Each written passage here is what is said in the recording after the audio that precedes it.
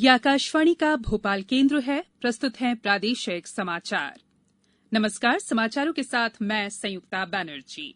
पहले मुख्य समाचार। प्रदेश में रविवार का लॉकडाउन भी समाप्त किया गया। अब केवल कंटेनमेंट जोन में ही होगा लॉकडाउन। पूर्व राष्ट्रपति प्रणब मुखर्जी के निधन पर देश भर में 7 दिन के राजकीय शोक की घोषणा। मुख्यमंत्री शिवराज सिंह चौहान ने बाढ़ प्रभावित क्षेत्रों में वैज्ञानिक तरीके से नुकसान के आकलन के निर्देश दिए। और अनंत चतुर्दशी पर्व आज घरों में ही किया जाएगा गणपति प्रतिमा का विसर्जन। अब समाचार विस्तार से। प्रदेश में अब रविवार का भी लॉकडाउन समाप्त कर दिया गया है। गृह मंत्री नरोत्तम मिश्रा ने ये जानकारी देते हुए बताया कि अब किसी भी तरह का लॉकडाउन केंद्र की अनुमति के बिना नहीं किया जाएगा। प्रदेश में 21 सितंबर से राजनैतिक सभाएं शुरू हो सकेंगी और सभी तरह के कारोबार भी संचालित हो सकेंगे। इतवार का भी लॉकडाउन मध्य प्रदेश में आज से नहीं रहेगा। रविवार का भी लॉकडाउन समाप्त किया जा रहा है। कोई भी लॉकडाउन केंद्र के बिना पूछे नहीं होगा। उसके लिए उन्हें केंद्र से गाइडलाइन के तहत करना पड़ेगा और अगर किसी ने सीधा लॉकडाउन कर दिया तो उस पर कार्रवाई भी की जाएगी। कंटेनमेंट जोन जहां पर होगा सिर्फ वहां पर ही अब लॉकडाउन लग सकता है, बाकी कहीं भी लॉकडाउन नहीं होगा। वहीं केंद्र के दिशा निर्देशों के अनुसार 30 सितंबर तक सभी स्कूल बंद रहेंगे। 9वीं से 12वीं कक्षा के छात्र 21 सितंबर से अभिभावकों की लिखित स्वीकृति के बाद शिक्षकों से परामर्श के लिए स्कूल जा सकेंगे।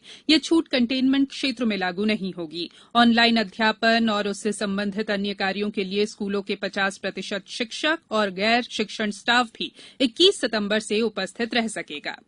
प्रदेश में कल कोरोना के 1,500 से अधिक मामले सामने आए। अब राज्य में 13,000 से अधिक सक्रिय मामले हैं। वहीं 48,000 से ज्यादा लोग स्वस्थ हो चुके हैं।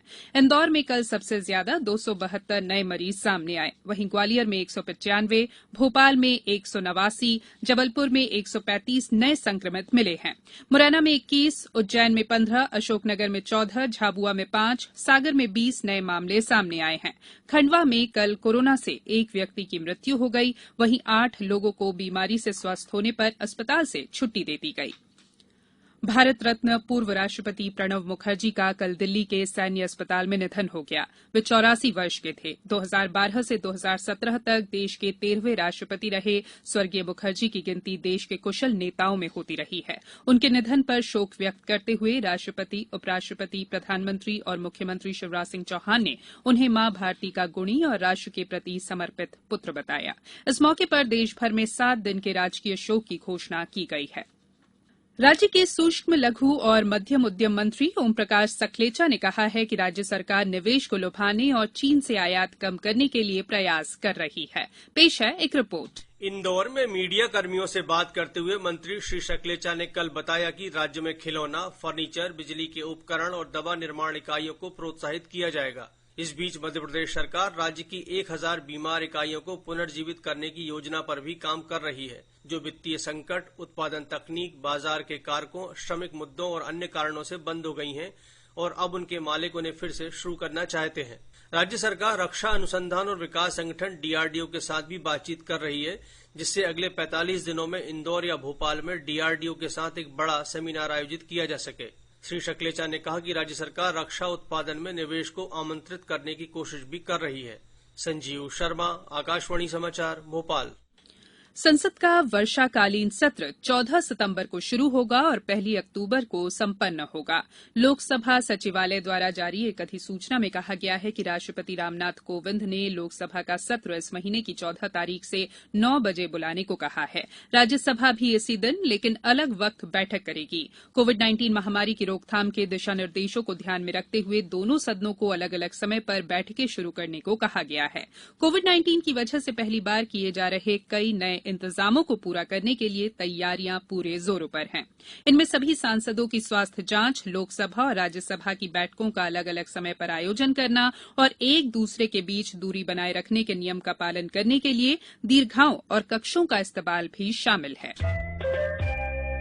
ये समाचार आप आकाशवाणी भोपाल से सुन रहे हैं। हमारे समाचारों को अब आप कभी भी और कहीं भी अपनी सुविधा के अनुसार सुन सकते हैं। ये समाचार बुलेटिन YouTube, ट्विटर और फेसबुक पर AIR न्यूज भोपाल पेज पर सुने जा सकते हैं। इसके अलावा आप हमारी वेबसाइट newsonair.nic.com पर या AIR न्यूज ऐप पर भी समाचार सुन सकते हैं।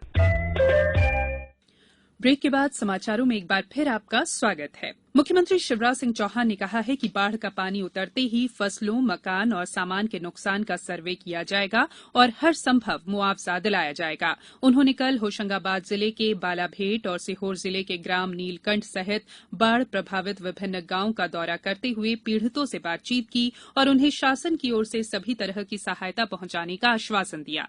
उन्होंने कहा कि फसल बीमा का भी पूरा लाभ किसानों को दिलाया जाएगा। श्री चौहान ने जिला कलेक्टरों को नुकसान का आकलन वैज्ञानिक तरीके से करने के निर्देश दिए हैं। उन्होंने बताया कि केंद्रीय कृषि मंत्री नरेंद्र सिंह तोमर को प्रदेश में फसलों को हुए नुकसान की जानकारी दी गई है और ग्रामीण क्षेत्रों में प्रधानमंत्री आवास योजना के अंतर्गत उनसे प्रदेश को अतिरिक्त सहायता उपलब्ध कराने का आग्रह भी किया जाएगा। प्रदेश में बारिश रुकने से नर्मदा सहित अन्य नदियों का जलस्तर लगातार कम हो रहा है।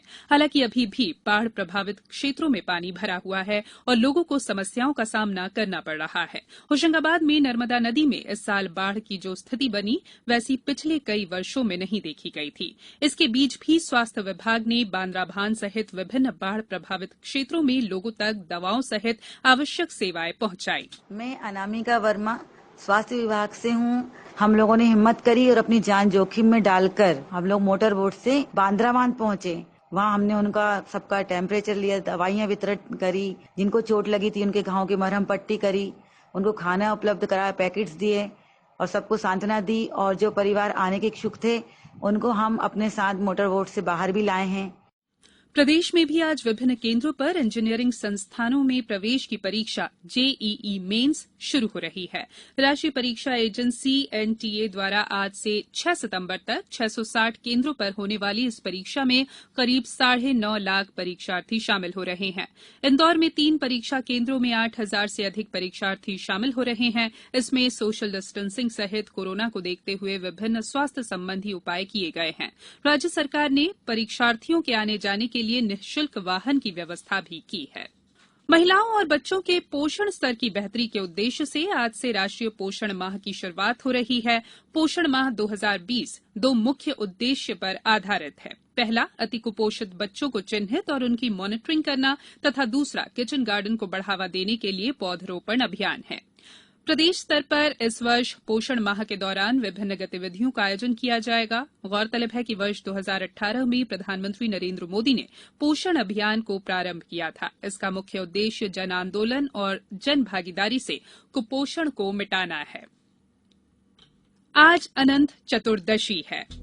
वक्रतुंड महाकाय सूर्यकोटि समप्रभ निर्विघ्नं कुरु मे देव सर्वकार्येषु सर्वदा। अनंत चतुर्दशी के साथ ही 11 दिनों से चल रहा गणेशोत्सव संपन्न हो जाएगा। इस अवसर पर घर घर विराजे गणपति की मूर्तियों का विसर्जन किया जाएगा। राज्य सरकार ने भगवान गणेश की मूर्तियों को इकट्ठा करने के लिए वार्ड स्तर पर केंद्र बनाए हैं। साथ ही लोगों से अपील की है कि वे संभव होने पर माटी, गमलों में या घर के समीप ही मूर्तियों का विसर्जन करें। कोरोना के चलते मूर्ति विसर्जन के चल समारोह पर रोक लगाई गई है। इंदौर नगर निगम ने 90 से अधिक स्थानों पर गणेश प्रतिमाओं को विसर्जित करने के लिए कुंड की स्थापना की है। अब कुछ समाचार संक्षेप में। खेल मंत्री यशोधरा राजे सिंधिया ने खेलो इंडिया की गतिविधियों की समीक्षा करते हुए कहा है कि स्कूल पाठ्यक्रम में हॉकी को शामिल किया जाएगा। राजस्थान के कोटा बराज से लगातार पानी छोड़े जाने के कारण चंबल नदी का जलस्तर तेजी से बढ़ रहा है। इसे देखते हुए तटीय इलाकों के 100 से अधिक गांवों में लोगों को सतर्क रहने को कहा गया है। डिंडौरी में लोगों की बिजली से संबंधित शिकायतों के निराकरण के लिए विभिन्न विद्युत वितरण केंद्रों पर कल 2 सितंबर से 11 सितंबर के बीच शिविर आयोजित किए जाएंगे। चंबल संभाग के आयुक्त आरके मिश्रा आज मुरैना में अटल प्रोग्रेस वे, कोरोना और बाढ़ की स्थिति की समीक्षा करेंगे और शिवपुरी जिले में बाढ़ग्रस्त क्षेत्रों में स्थिति की निगरानी के लिए नियंत्रण कक्ष स्थापित किया गया है। अंत में बुलेटिन के मुख्य समाचार एक बार फिर। प्रदेश में रविवार का लॉकडाउन भी समाप्त किया गया। अब केवल कंटेनमेंट जोन में ही होगा लॉकडाउन। पूर्व राष्ट्रपति प्रणब मुखर्जी के निधन पर देशभर में 7 दिन के राजकीय शोक की घोषणा। मुख्यमंत्री शिवराज सिंह चौहान ने बाढ़ प्रभावित क्षेत्रों में वैज्ञानिक तरीके से नुकसान के आकलन के निर्देश दिए। और अनंत चतुर्दशी पर्व आज घरों में ही किया जाएगा गणपति प्रतिमा का विसर्जन। इस बुलेटिन में इतना ही। घर में रहिए, सुरक्षित रहिए और सुनते रहिए आकाशवाणी। नमस्कार।